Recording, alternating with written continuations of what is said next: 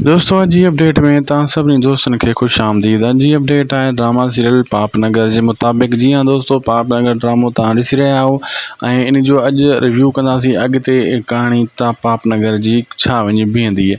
काफ़ी दोस्तनि जा कमेंट भी अची रहिया आहिनि फेसबुक पेज ते भी ऐं मुंहिंजे हिन यूट्यूब चैनल शाहिद खुसरो ब्लॉग ते भी तव्हांजा कमेंट अची रहिया आहिनि। उन्हनि जो भी थोरो घणो रिप्लाई तव्हांखे ॾींदासीं जेका मेन पॉइंट हूंदा। 1 मिनट 20 सेकंड जी वीडियो हिन खे आख़िर ताईं ॾिसंदा थी सघे त असांजी हिन वीडियो खे लाइक शेयर सब्सक्राइब ज़रूरु कंदा, चैनल के पेज के भी फॉलो कंदा।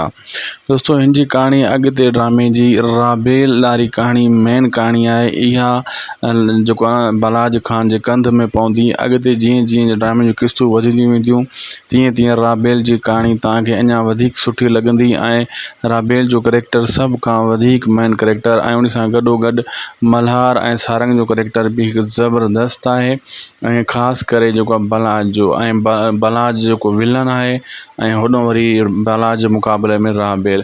बहरहाल अॻिते ड्रामो पापनगर जीअं बक़ाया स्पीड हलंदा तीअं ई रिकॉर्ड तोड़ींदो घणनि ड्रामनि जा, छो त हरियाणी ड्रामो ऐं राबेल ॿई सेम आहे। कुझु कहाणी राबेल जी हुते लाली जी कहाणी हुई, हिते राबेल जी कहाणी आहे।